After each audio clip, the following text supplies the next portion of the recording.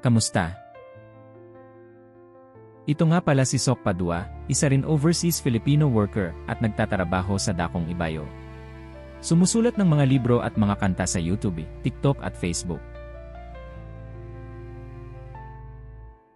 Dahil bagong programa pa lang ito, minabuti kong simulan muna sa kwento ng kaibigan nating si Erica, na personal kong kilala dito sa Dubai. Sana, sa mga susunod na linggo, kwento mo naman ang mabasa namin dito sa Dear Sok. Siya ay pumayag at ikinuwento ang kanyang buhay, ang buhay na nais niyang ipamahagi sa mga nakikinig sa programang ito.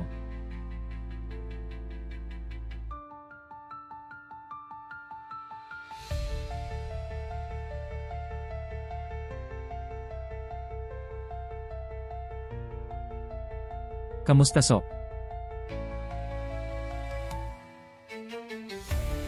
Nakakahiya, ngunit gusto ko ang programang nais mong simulan at kaya naman isinulat ko ang aking kwento.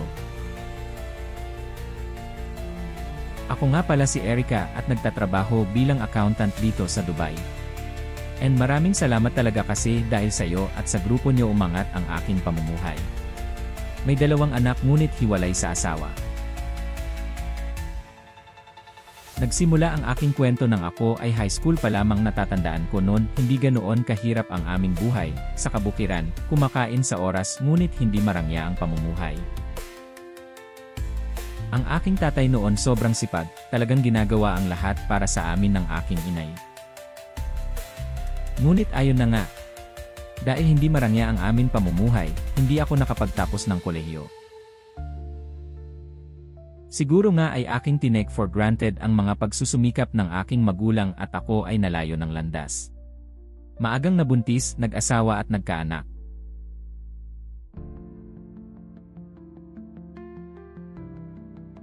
Natatandaan ko iyak ng iyak ang aking nanay at halos itaboy kami ng aking tatay, ngunit nanaig ang kanilang pagmamahal. Tinanggap nila ako sa nangyari. Nagsama naman kami ng aking napangasawa, masaya noong una. Inaalagaan niya ako, ganoon din naman ako sa kanya, yung isa namin anak na dagdagan pa ng isa matapos ang ilang taon. Ngunit may katapusan pala ang aming kasiyahan.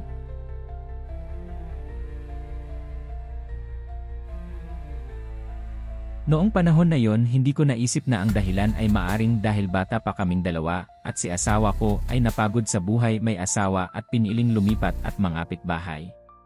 Madagdag ko lang sa topic na yan, salamat sa grupo nyo, kahit bata pa kayo sa akin maganda ang naging payo ninyo.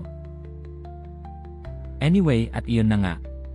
Ramdam ko naman sa magulang kong hirap na din sila kumayod para sa amin, kasama na ang aking 2 anak.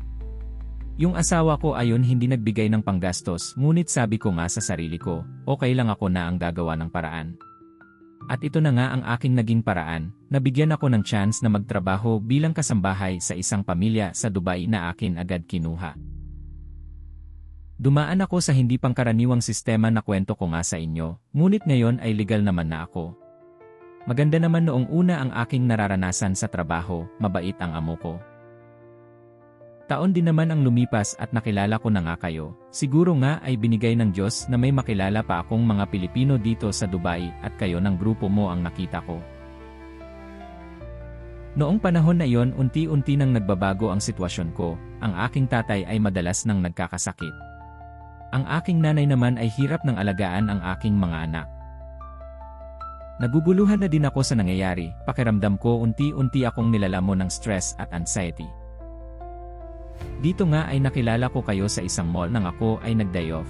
Noong time na yun nakatambay kayo malapit sa food court, at ewan ko ba baka kapal na lang din talaga ng mukha nyo, lalo na ikaw Sok ang daldal mo. Hindi nyo ito alam noon ngunit nagawa nyong pag-aanin ang nararamdaman ko. Maraming salamat doon. Ngunit ang pinaka hindi ko makakalimutan nang alukin mo ako mag-aral ng basic accounting. Walang-wala na akong pera ng time na yon at iniisip ko din sa sarili ko, gastos na naman ito.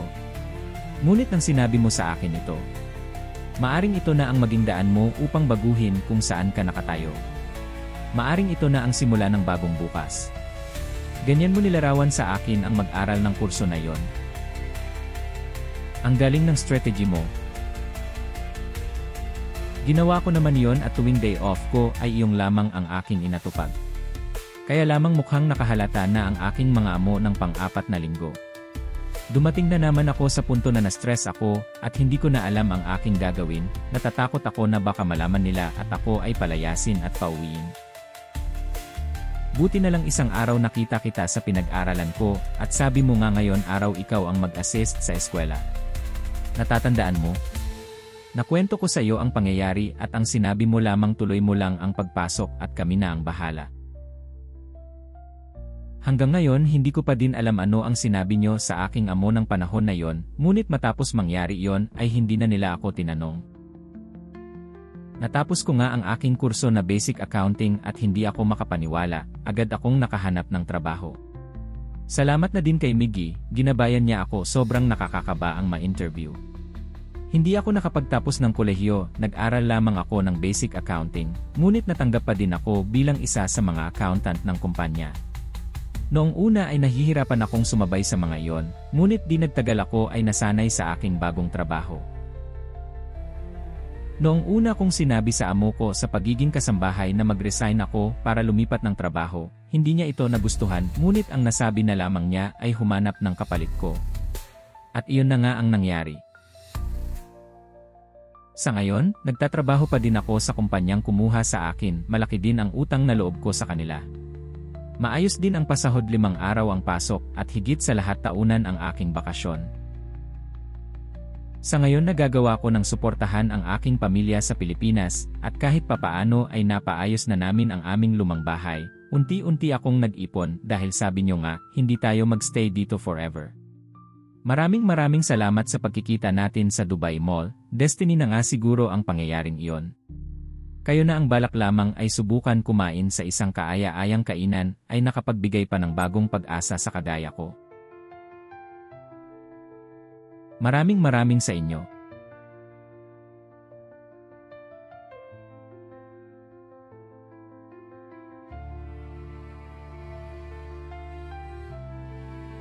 At iyon na nga ang kwento ni Erica. Maraming salamat din sa iyo Erica, at pinagbigyan mo ang aking hiling, at wow! Wow!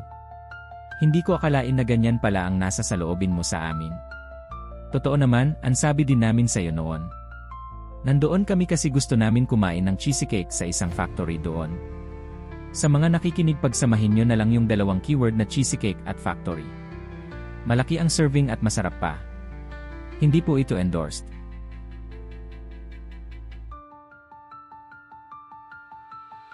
Kung gusto nyo naming basahin ang inyong istorya ng buhay, maaring sa pag-ibig, pasasalamat, o aral at leksyon sa mga tao gamit ang inyong karanasan, maaari kayong sumulat sa email sa channel na ito o kaya sa comment sa baba.